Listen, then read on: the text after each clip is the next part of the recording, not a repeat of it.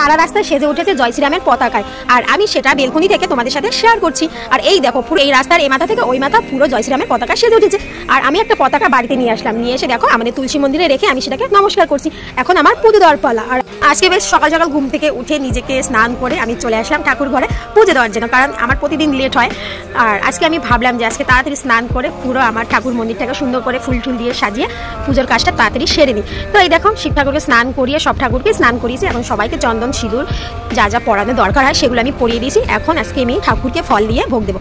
তো ফল আছে, নকুলদানা হচ্ছে, এটা তো নিত্য দিই, তো ফল দিয়ে আজকে পুজো দিলাম। এবং এখানে দেখো আমাদের গীতা আছে, গীতাতে 4টে তুলসী পাতা দিয়ে এবং সমস্ত ফলে সমস্ত প্রসাদে তুলসী পাতা ভোগ ফুল টুল সব কিছু দিয়ে আমি আমার ঘরের পুজোটা শেষ করছি। হ্যাঁ, সবার শেষে যেটা করতে হয় যে উলুধ্বনি এবং প্রদীপ দেখানো সবাইকে, সেগুলো করে নিচ্ছি।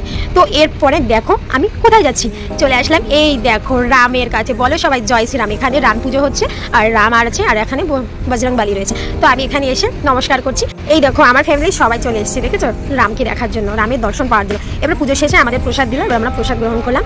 বাহ, প্রসাদ না যেন অমৃত। হ্যাঁ, তোমাদেরকে বলছি আমাদের এখানে কিন্তু ভোগেরও আয়োজন করা হয়েছে, মানে খিচুড়ি প্রসাদে দেওয়া হয়েছে। তো খিচুড়ি একটা করে লাড্ডু, তারপর অনেক কিছু দেওয়া হয়েছে। তো যাই হোক, সবাই আরেকবার বলো জয় শ্রীরাম। সত্যি আজকের দিনটা সত্যি শুভ দিন, বেশ আনন্দ করলাম। এরপরে একটা কাকু এসে আমাদেরকে শ্রীরামের সিঁদুরের ফোঁটা পরিয়ে দিল। সন্ধ্যাবেলা দেখো প্রদীপ জ্বালিয়েছি, আর প্রদীপ তো আমরা প্রতিদিনই জ্বালাই, আজকেও জ্বালালাম।